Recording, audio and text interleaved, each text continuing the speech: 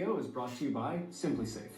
In 2016, four friends rented a small rustic cabin near a forest in a little village in Russia. Their plan was to spend the night in this cabin, and then early the next morning, they would get up and they would hike this trail that would bring them to the summit of a nearby mountain. So on March 27th, the friends got in their car, they made their way to this little village, they found their cabin, they went inside, they hung out for a bit, and then by 2 a.m., they had gone to sleep. Little did they know, outside of their cabin in the forest, lurking in the darkness, something was watching their cabin's front door, waiting for one of them to come outside. Hell no! But before we get into today's story, if you're a fan of the strange, dark, and mysterious delivered in story format, then you come to the right place because that's all we do, and we upload once a week. So, if that's of interest to you, the next time the like button hands you their phone and tells you to please take this once-in-a-lifetime photo of them, agree to do it, but leave your finger over their lens. Also, please subscribe to our channel and turn on all notifications so you don't miss any of our weekly uploads. Okay, let's get into today's story. Oh shit! I fucked up! Hold on! How do I forget to dance? Hold on. I forgot to dance. How it go? Wow! How did I forget that fast?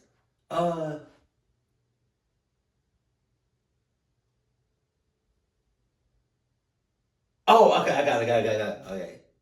Once-in-a-lifetime photo of them, agree to do it, but leave your finger over their lens. Also, please subscribe to our channel and turn on all notifications so you don't miss any of our weekly uploads. Okay, let's get into today's story.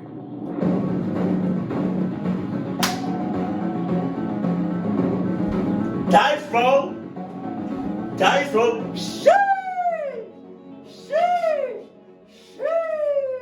When most people picture Russia in their minds, they picture European Russia, which is literally the part of Russia on the western side that sits in Europe and is by far the most populated part of the country.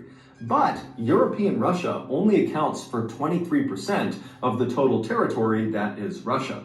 The other 77% is to the east of European Russia. It starts at the Ural mountain range and it extends all the way over 5 million square miles to the Pacific Ocean. And this vast, mostly forested expanse, which is 50 times bigger than the entire United Kingdom, is called Siberia.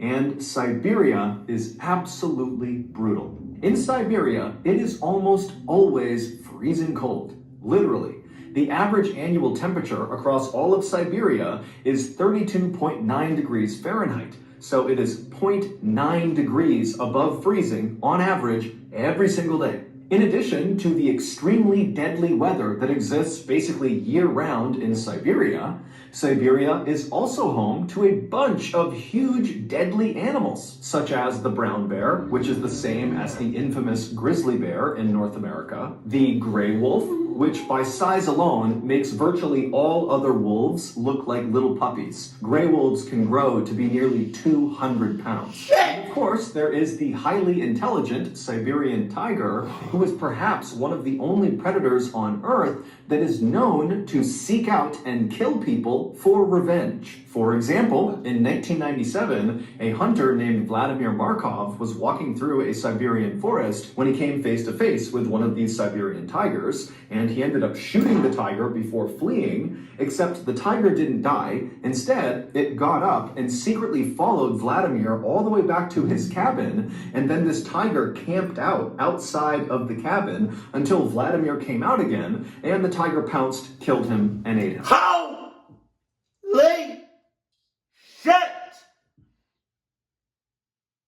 That's a tiger you don't want to cluck with at all. That's a tiger. Now, if you want to kill it, you gotta either kill it or leave it alone. Ain't nothing in between. Jesus! And so, unsurprisingly, Siberia has an absolutely minuscule population relative to its massive size. However, there are some adventurous people out there who are drawn to Siberia for the same reasons that most other people avoid it. These adventurous people see Siberia as one of the last truly wild places on our planet, and they want to experience it for themselves. And one of these highly adventurous people was a young man named Colin.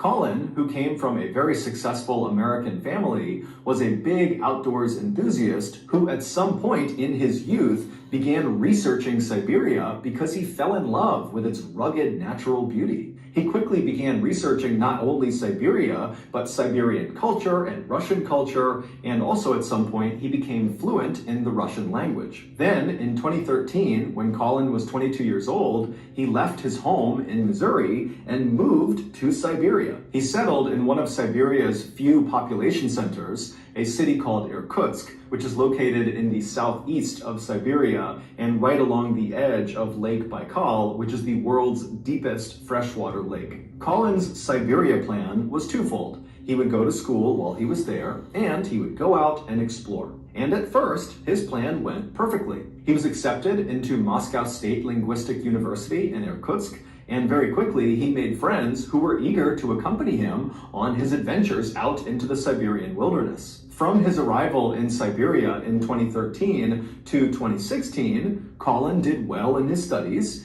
and he spent countless hours exploring the forests and mountainous areas all around Lake Baikal and right outside of Irkutsk. In fact, Colin became so familiar with this region that he began volunteering with a nonprofit in the area that went around marking new trails, which meant Colin was literally venturing into the wilds of Siberia and just marking the trail as he went. So when Colin's family heard about what happened to him in 2016, they could not believe it.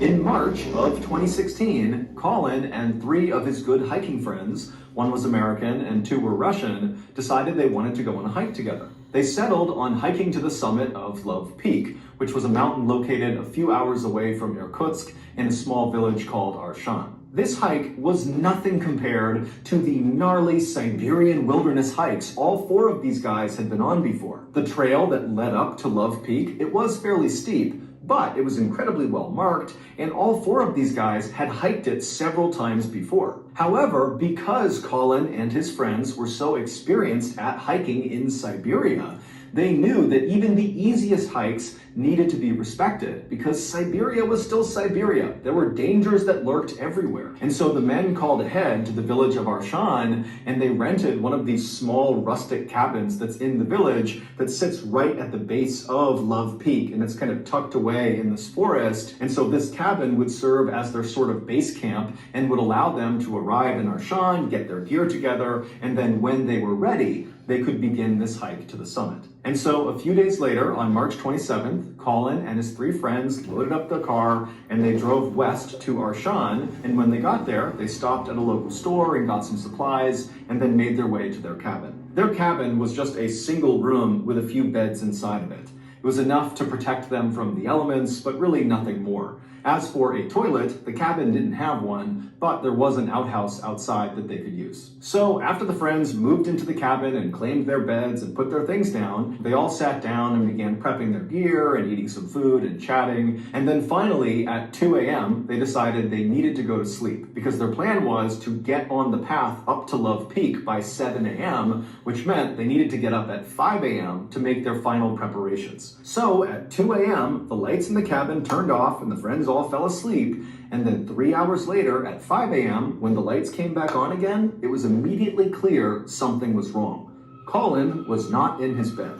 His friends assumed when they looked over at his bed and saw his personal belongings were all still there, that Colin must have gotten up and headed outside, maybe to use the outhouse or go for a quick walk, and they just hadn't heard him leaving. And so the 3 friends initially just kind of shrugged off Colin's absence and said, he'll be back any minute, most likely, and if for some reason he's not back soon, he'll certainly be back by 7 a.m., because that was the agreed upon time they would leave for this hike. But as the minutes ticked closer and closer to 7 a.m. and Colin still had not shown up, battery low. The friends started... Thank God I got the goddamn charger. Jesus.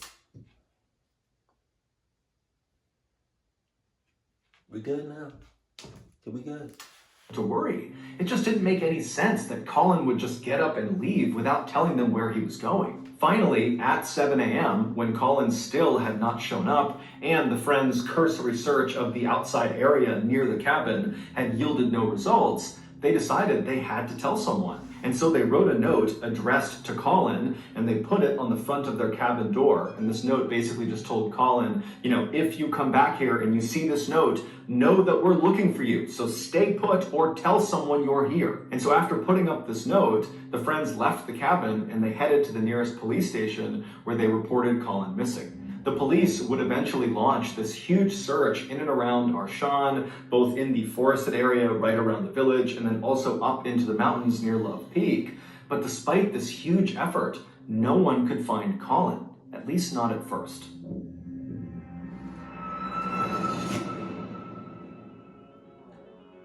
A couple of months ago, I was laying in bed when I heard this strange tapping sound coming from my downstairs. Oh, and as wow. I'm laying there, I'm trying to run through the different scenarios of what this sound could be, when this tapping sound gets louder and louder, and then all of a sudden, I hear the sound of glass breaking in my first floor. And so I immediately leap out of bed, I run down the hall, I go downstairs, and I'm looking across my living room, and there, coming through my now broken window, was everyone's worst nightmare. I can't even say it. Everyone's worst nightmare. I literally can't even say it, it's so stupid. Was everyone's worst nightmare. A great white shark wearing a special breathing apparatus, who was carrying a crowbar looking to rob my home. Carrying a crowbar coming into my home to try to rob me. Now, luckily, I had prepared for this moment, and I had a Civil War era cannon installed in my first floor. Oh, shit. Aimed at that window just in case this happened. I was firing that cannon off, and Mr. Land Shark was land dead. Now, of course, most of you are thinking, come on, John, that's crazy, but that'll never happen to me. And you'd be wrong, because studies have shown 100% of all people in the world will at some point come face to face with a predatory land shark who is attempting to rob your home. And so if that hasn't happened to you yet, it's time to prepare. And that means two things. One, installing Civil War era cannons on your first floor aimed at the various windows. And two, signing up for SimpliSafe. SimpliSafe is an incredibly effective and easy-to-use home security system. Once it's installed, SimpliSafe agents will monitor your home 24/7, and they will immediately dispatch police, firefighters, or EMTs in an emergency, like when the inevitable land shark attempted burglary on your home occurs. SimpliSafe is also super cheap. It's less than $1 a day. Also with SimpliSafe, there are no long-term contracts. So, like they always say, there are three certainties in life: death, taxes, and an attempted burglary on your home by a land shark. You can't do anything about the first two, but you can definitely stop the third one from happening if you sign up for SimpliSafe and install Civil War era cannons in your home. Save up to 40% on your SimpliSafe security system during SimpliSafe's biggest sale of the year. Visit simplisafe.com/Mr. Colin to customize yours. There's no safe like SimpliSafe. Okay, back to the story.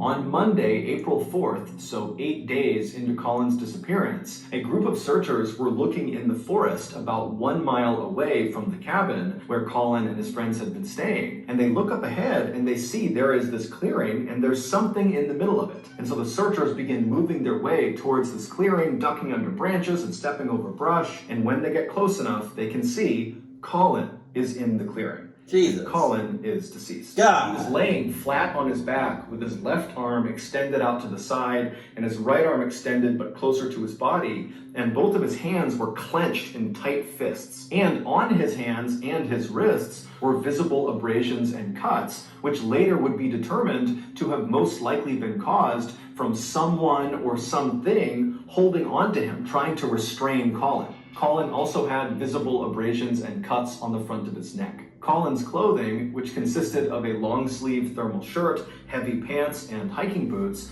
were ripped and torn in several places. And interestingly, Colin was not wearing socks under his boots. Now that seems inconsequential, but Colin had had surgery on both of his ankles and had scar tissue on his ankles that if he didn't have socks on, those scars would rub against the inside of his boot, and he said it was very painful. So he always wore socks. Also, Colin's body showed virtually no signs of decomposition, and all of his wounds and abrasions looked, quote, fresh, according to medical personnel. In short, Colin looked like he had recently been in some sort of physical altercation, and whoever or whatever he was grappling with had eventually overpowered him and killed him, although it was not clear how he actually died.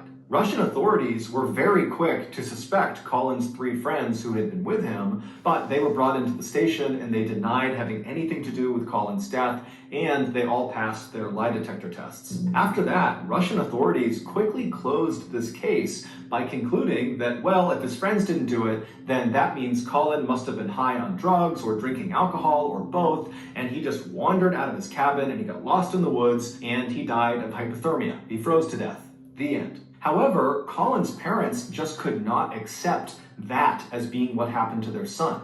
There were a lot of reasons for skepticism, but the main one was that Colin was an absolute expert at navigating this particular region of Siberia. And so the idea that he would leave his cabin for a quick walk or something and get so completely lost that he would die 8 days later seemed way too far-fetched. And so Colin's parents hired a US-based private lab to do a review of Russia's autopsy of Colin to give their opinion if the autopsy was accurate or not. And this US-based lab pretty much immediately found that the Russian autopsy was not remotely accurate. Number one, Colin was not under the influence of alcohol or drugs. He was sober.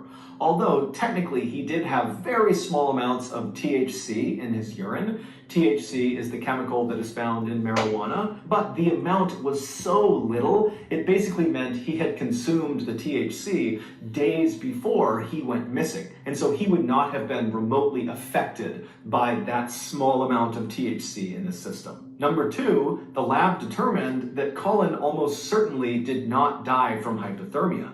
Instead, all signs pointed to Colin dying from being suffocated, meaning he was murdered. Someone crushed his airway or in some way restricted him from breathing, and that's what killed him. And three, based on the lack of decomposition, the freshness of the injuries on Colin's body, and the lack of animal predation on his body when they found him, indicated that Colin did not just wander out of his cabin and immediately die somewhere in the forest.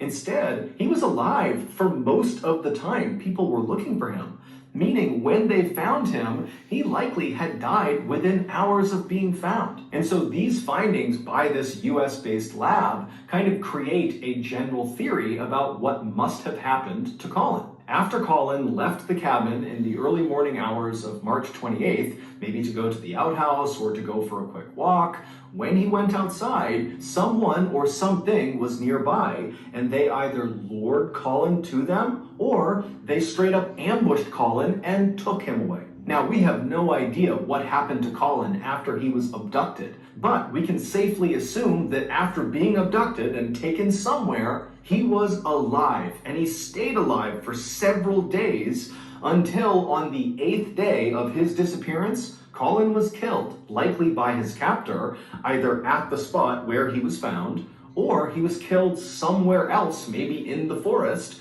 and then moved to the spot where he was found. Many people believe it was the Russian government who targeted Colin, they kidnapped him, and they killed him. And their botched investigation into his death was actually a calculated cover-up. Colin had participated in at least one peaceful environmentalist-led protest in Siberia, and after the protest, Colin apparently got a written warning by the Russian police not to attend another protest. But why would Colin, who was just one of many people involved in these protests, be singled out by the Russian government and killed for his participation? And why would the government elect to kill Colin when he was with 3 of his closest friends who would immediately notice his absence? It just doesn't add up. Today, Colin's parents are still trying to figure out what happened to their son, but unfortunately, their son's case is closed in Russia, and so no one on the Russian side is... Is it possibly because he's not Russian? Is it that? Why they did that? I don't know. Talking to the parents or giving them any new information. And so as a result, they and the rest of us are left to wonder, who or what was lurking in the shadows when Colin stepped out of the cabin that morning. And then where did they take him? And what did they do to him for nearly a week before they killed him deep inside of that Siberian forest? You gonna leave it like that?